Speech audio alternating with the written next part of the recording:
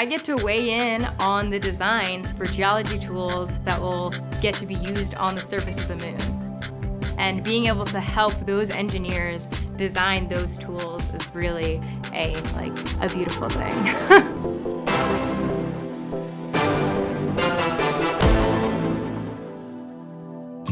As a geologist, there's a lot of different ways I help support Artemis.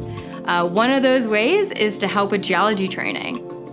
So helping to train engineers, managers, astronauts that are going to be the ones who will be walking on the surface of the moon.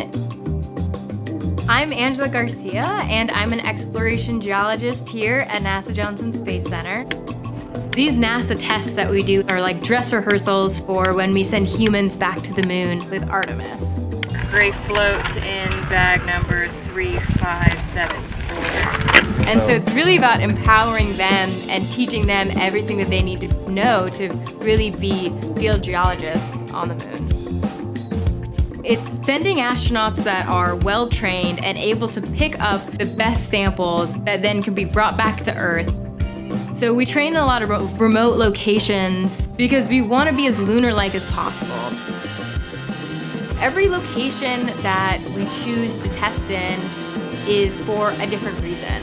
So the desert, because it doesn't have a lot of vegetation, and there's no vegetation on the moon, and so we want to have bare rocks and large geologic formations that we can test in. And so we want to remove some of the sense of scale that people feel.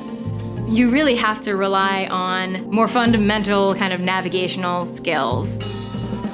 Iceland is great because they have a lot of frozen, icy soils, and so that's a pretty analogous thing to what we would expect to see on the South Pole of the moon.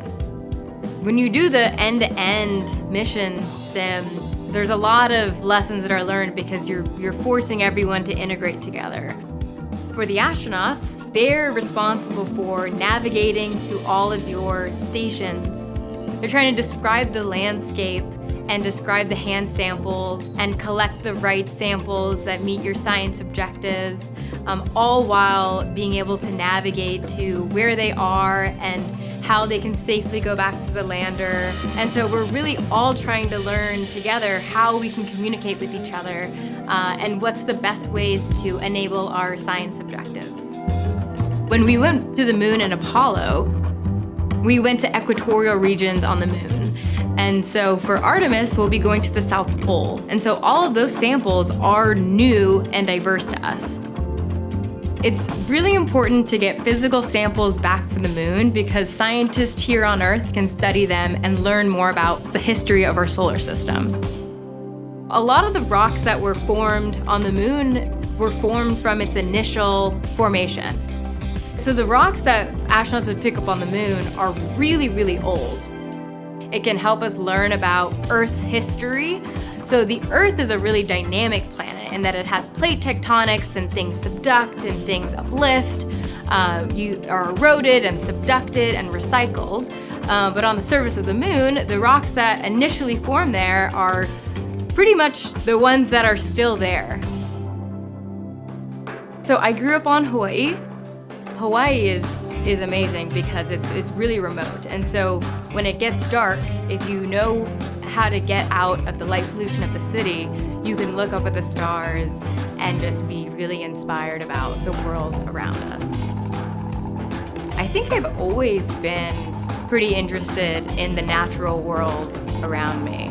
Like going to swim in the deep ocean or going to hike in the mountains and going to volcanoes on Big Island was always just a part of my life growing up.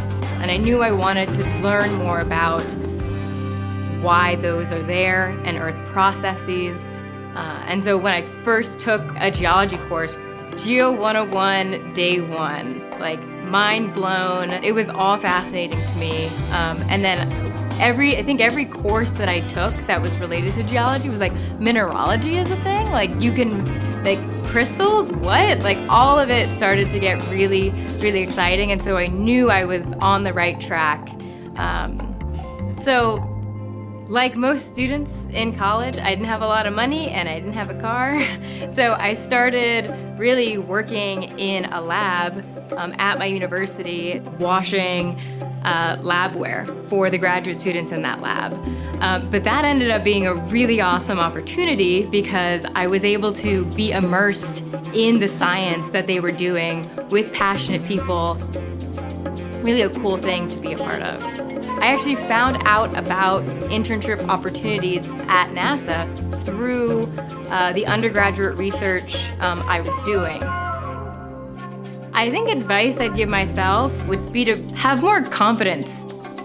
It's really just, if you have hard work and initiative and good vibes, you can really get pretty far. And so to really keep that at the forefront and to just keep pushing. Because I think I was really hard on myself when I was younger. And it's okay to not know exactly what you want to do, but to keep following